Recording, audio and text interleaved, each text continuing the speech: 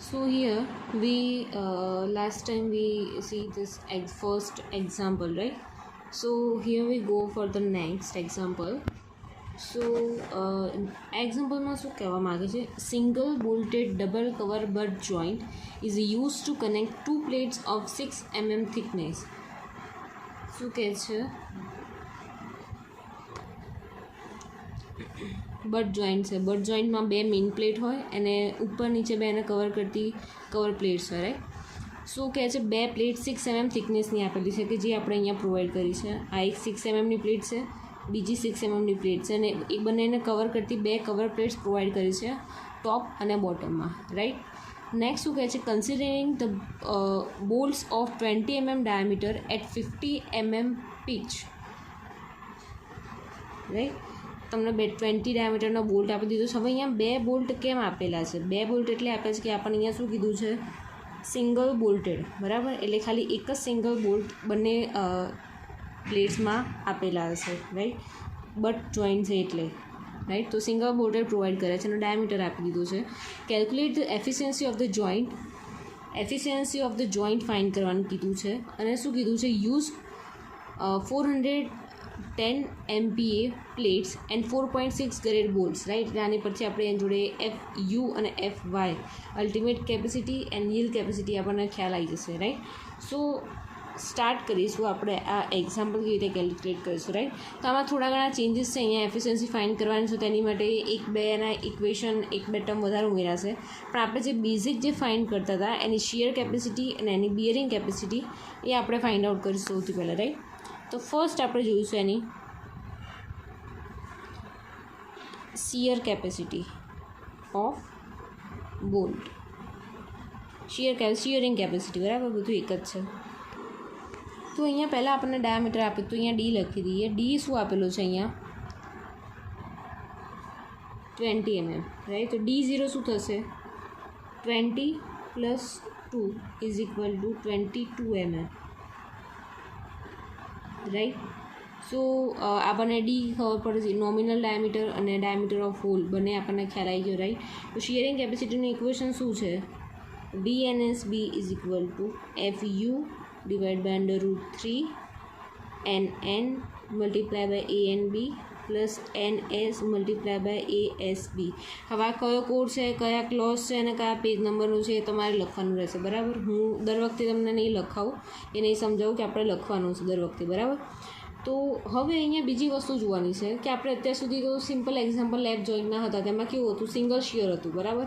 પણ અહીંયા શું થશે, ડબલ શિયર હશે. કેમ? કારણ કે અહીંયા પ્લેટ ક્યાંથી તૂટશે, તો કે એક આ પ્લેનમાં તૂટશે અને એક આ એક પ્લેન છે અને આ બીજું પ્લેન છે, બે પ્લેનમાં તૂટશે, રાઈટ. તો આ ડબલ શિયરનું એક્ઝામ્પલ છે, રાઈટ. સો કન્સિડર હિયર,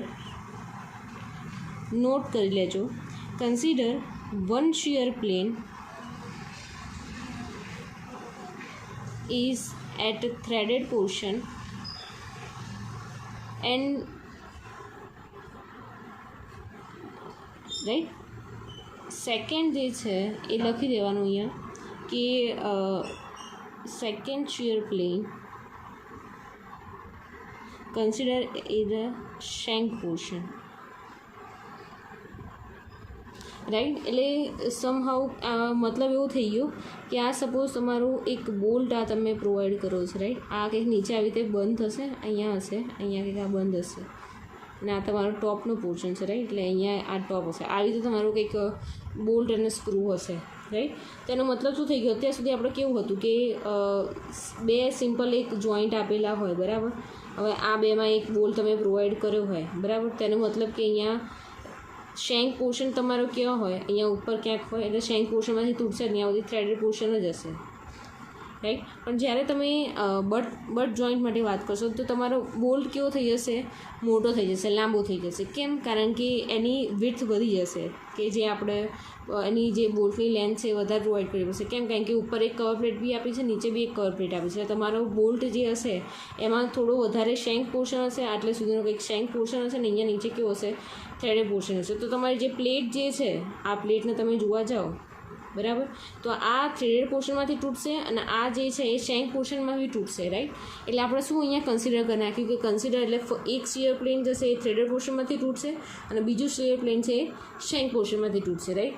તો હવે આનો જે આ ટોટલ મતલબ આનો મતલબ શું થઈ ગયું કે તમારો શું એન બી કેવો થઈ જશે 1 અને એન એસ બી કેવો થઈ જશે 1. ક્લિયર, ખબર પડી ગઈ.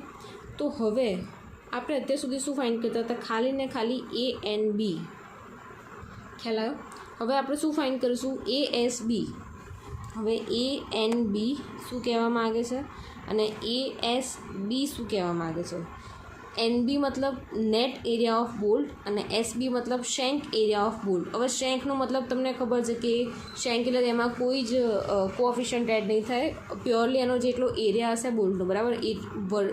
એરિયા કેવી રીતે ફાઇન્ડ આઉટ કરશું, બોલ્ટ કેવો હશે આપણો રાઉન્ડમાં હશે, તેનો એરિયા થશે π/4 d². π/4 તમારો ડી અહીંયા આપ્યો છે 20નો સ્ક્વેર, તો તમારો આન્સર મળશે 314.15 mm².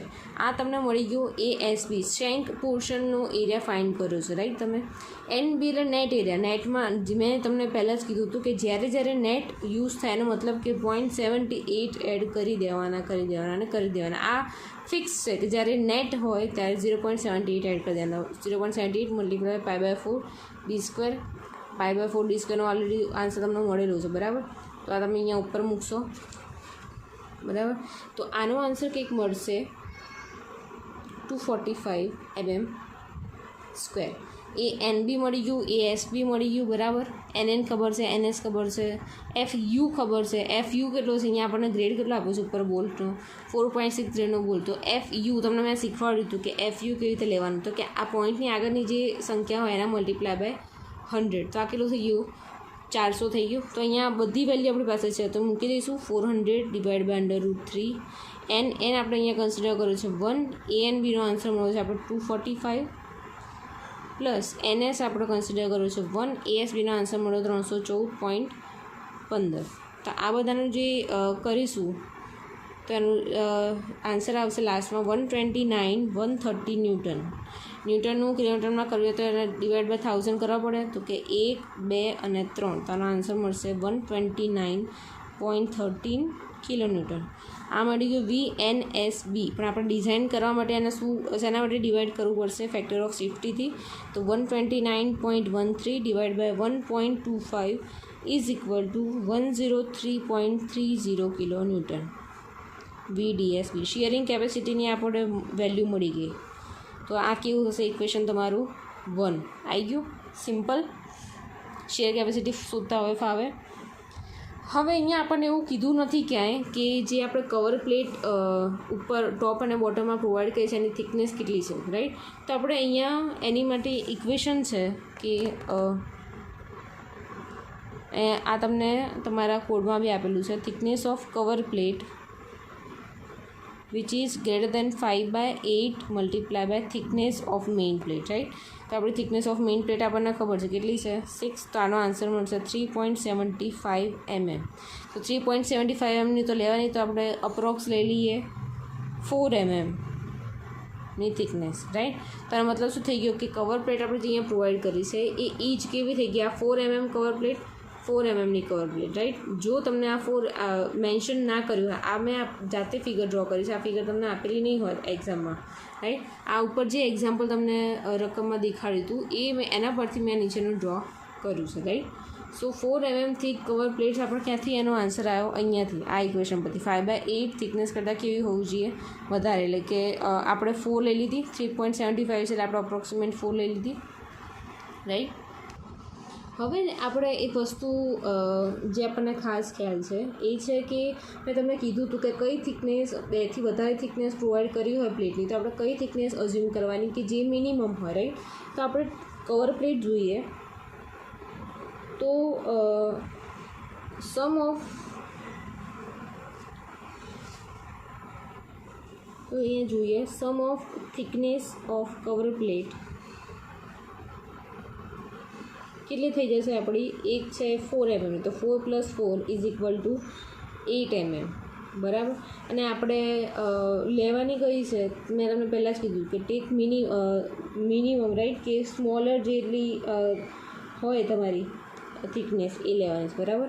તો અહીંયા આપણે થિકનેસ કેટલી લઈશું, 6 મોટી કે 8 મોટી. 6 થિકનેસ જે મેઇન પ્લેટની આપી છે મોટી કે 8 મોટી. તો ઓબ્વિયસલી કે 8 mm થિક છે, તો આપણે કેવી લઈશું 6 mm. ફિક્સ થઈ ગયું. તો હવે સેકન્ડમાં જઈએ, આપણે શું ફાઇન્ડ કરવાનું છે એની બિયરિંગ કેપેસિટી, રાઈટ. તો એનું ઇક્વેશન બી હતું ઇઝી, બરાબર, કે VNPB is equal to KB into DTFU, sorry 2.5 kVTFU, right. અહીંયા આવશે IS 800/2007, clause number 10.3.4, page number 75. આ તમારે લખવાનું છે, રાઈટ. હું ફરીવાર યાદ નહીં કરાવું. તો અહીંયા આપણે જોઈશે કેબીની વેલ્યુ. કેબીની વેલ્યુ માટે તમને બહુ સારી રીતે યાદ હશે કે આપણે કેબીની વેલ્યુ કેવી રીતે લેવાની. તો કે અહીંયા ફર્સ્ટ 4 વેલ્યુ આપી હશે, ફર્સ્ટ, સેકન્ડ, થર્ડ અને ફોર્થ, રાઈટ. તો આ 4 વેલ્યુમાંથી જે સ્મોલર વેલ્યુ આવશે એ આપણે કેવી લઈશું, એની વેલ્યુ કેબીની, રાઈટ. તો અહીંયા તમને ચારેયમાં આન્સર તમે મૂકશો તો તમારો આન્સર 0.507 આવશે. પણ એ કેબીની વેલ્યુ શોધવા માટે તમારે શું જોઈશે, ઈ જોઈશે અને પી જોઈશે, end distance, pitch distance. End ડિસ્ટન્સનું ઇક્વેશન હતું 1.7D0, જ્યાં 1.7D0 નો મતલબ 22, રાઈટ. તો ઈનો આન્સર મળે છે તમને કે 37.4. તો આપણે અપ્રોક્સિમેટલી એને 40 mm લઈ લઈએ, રાઈટ. હવે પીચ ડિસ્ટન્સમાં શું હતું, 2.5 મલ્ટીપ્લાય બાય ડી. અહીંયા 2.5 મલ્ટીપ્લાય બાય 20 લખીએ તો અહીંયા કંઈક 50 mm આન્સર આવશે. તો જ્યારે આ વેલ્યુ તમે અહીંયા મૂકશો, આ બેની વેલ્યુ તમે આ 4 ઇક્વેશનમાં મૂકશો, તો આ 4 ઇક્વેશનમાંથી જે સ્મોલર વેલ્યુ આવશે એ શું આવશે, તમારી કેબીની વેલ્યુ, રાઈટ. જે તમને 0.507 મળશે, રાઈટ. તો અહીંયા હવે બધું આપણી પાસે નોન છે, રાઈટ. તો અહીંયા મૂકવાનું સ્ટાર્ટ કરીશું. કેબીનો આન્સર મળ્યો 0.507, અહીંયા 2.5 તો હતું જ. ડાયામીટર છે તમારો 20, થિકનેસ છે 6 અને FU છે તમારો 400. તો તમને કંઈક આન્સર મળશે 60,840 ન્યૂટન. ન્યૂટનનું કિલોમીટરમાં કરવું હોય તો ડિવાઈડ બાય 1000 કરીશું, તો 60.84 કિલો ન્યૂટન. આ મળ્યું VNPB, બરાબર. હવે આ તો મળ્યું VNPB, આ છે આપણું VNPB, બરાબર. આપણે VDPB ફાઇન્ડ કરવું હોય તેને કેવા ફેક્ટર ઓફ સેફ્ટી જો ડિવાઈડ કરવું પડે તો 60.84 ડિવાઈડ બાય 1.25, તો તમારો કંઈક આન્સર મળશે 48.67 કિલો ન્યૂટન. આ થઈ ગયો VDPB. આ થઈ ગયું તમારું ઇક્વેશન નંબર 2, રાઈટ. ઇઝી. હવે અહીંયા ઇન્ટ્રોડ્યુસ કરીએ છીએ થર્ડ ટર્મ એની, બરાબર. તો અહીંયા જે છે એ છે તમારું થર્ડ ઇક્વેશન છે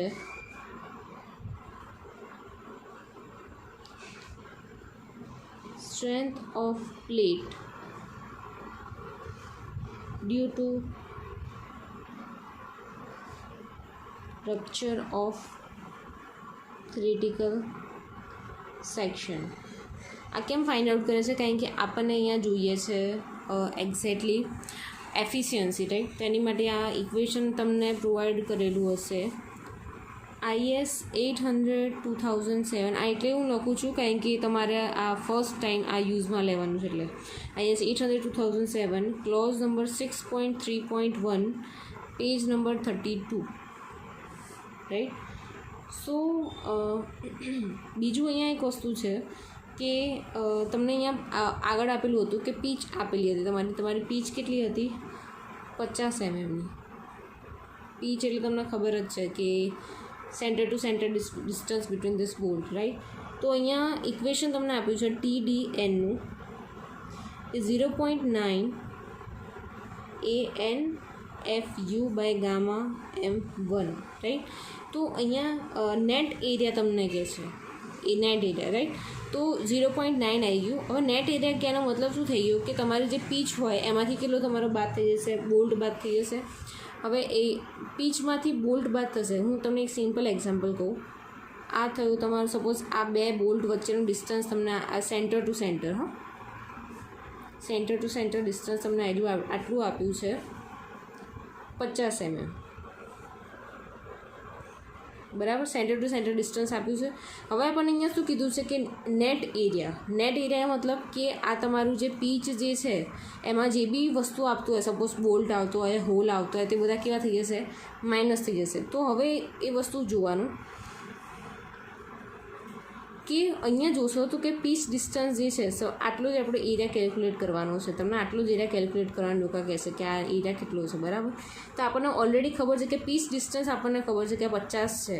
50માંથી શું માઇનસ થશે? તો કે આ અડધો ડાયામીટર અહીંયાથી અને આ અડધો ડાયામીટર અહીંયાથી બાદ થઈ જશે, કારણ કે અહીંયા આપણને નેટ એરિયા કીધું છે. એટલે એમાંથી નેટ એરિયા મતલબ તમને જેટલું એરિયા આપેલો હોય એમાંથી જે બી વસ્તુ પાસ થતી હોય એ બધી કેવી થઈ જશે? બાદ થઈ જશે. તો અહીંયા બોલ્ટ પાસ થાય છે અહીંયા સેન્ટર ટુ સેન્ટર ડિસ્ટન્સમાં, તો કે હા કે આનો અડધો ડાયામીટર, આનો અડધો ડાયામીટર, મતલબ શું થઈ ગયું? અહીંયા આપણે કેટલો બાદ કરવાનો છે કે 50માંથી બાદ કરીશું આખું એક બોલ્ટનો ડાયામીટર. ખ્યાલ આવે તમને શું કહેવા માગું છું? પીચ ડિસ્ટન્સ આપણને ઓલરેડી ખબર છે કે બેનું સેન્ટર ટુ સેન્ટર 50 છે, બરાબર. એનો જ એરિયા ફાઇન્ડ કરવાનો છે, આટલો એરિયા ફાઇન્ડ કરવાનો છે.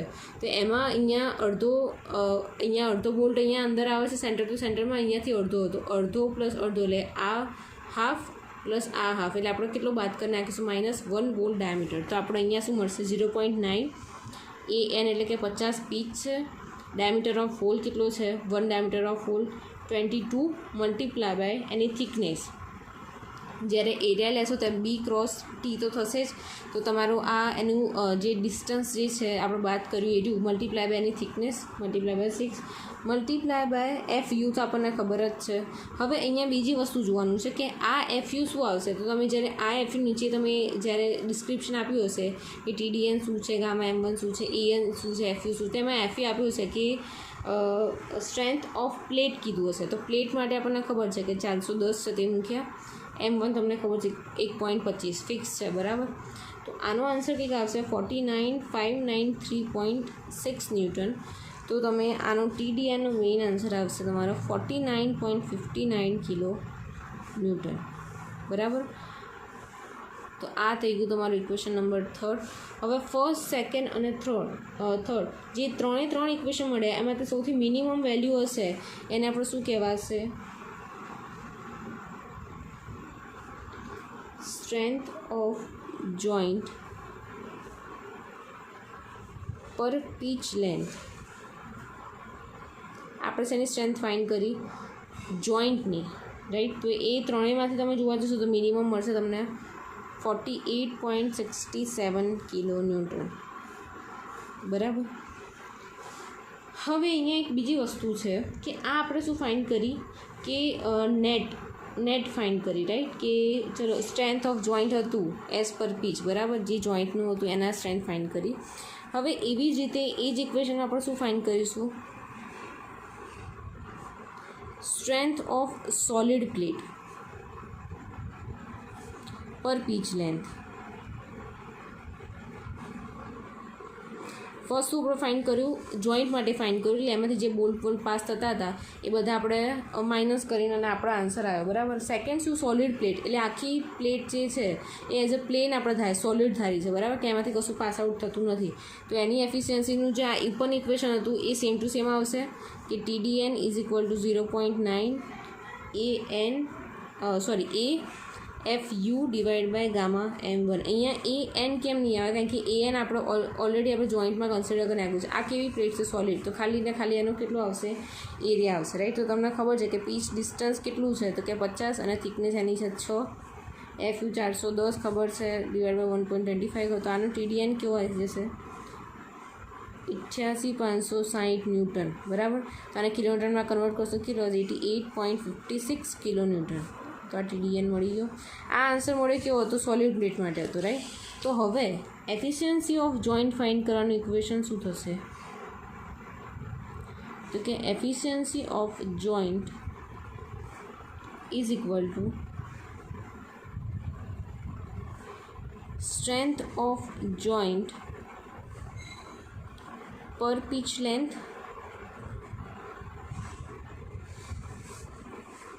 ડિવાઈડ બાય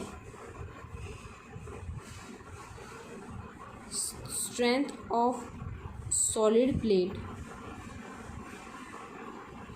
પર પીચ લેન્થ મલ્ટીપ્લાય બાય શું કરી દેવાનું 100. ખ્યાલ આવ્યો?